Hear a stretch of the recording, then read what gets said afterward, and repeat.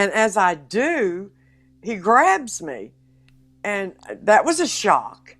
And then as he grabs me, he brings himself down to me and tries to kiss me. And I remember saying, no, that's not going to happen. And then I try to leave where he's standing again. And that's when it gets really, really bad. And Nino, at that point, I'm screaming no. And I'm saying no. And I'm pushing back on him saying no. I do not know how someone didn't hear me. You're talking 8:15 in the morning. I was going to and ask you. Screaming. Yeah, me screaming, And then when I got really loud is when he started to bite on my upper lip. He would come down and grab my lip with his teeth and start biting on my upper lip. Scared the holy hell out of me.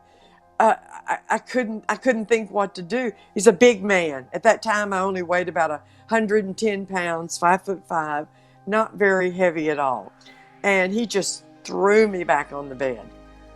And I really don't want to talk about that. But it was every time I would start to scream or push on him, he would bite my lip. I'd try to turn my head and he'd still catch my top lip between his teeth. And then there comes a point when you think he's going to bite my lip off. And my clothes were torn. I was an absolute mess.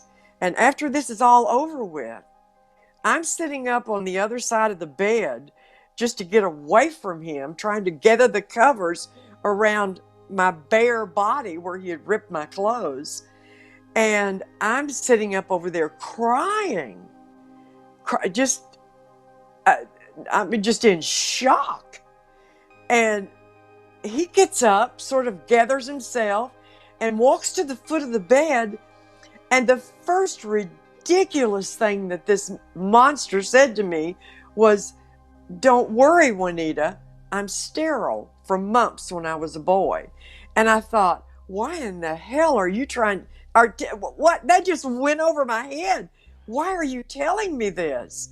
And then he notices me crying again.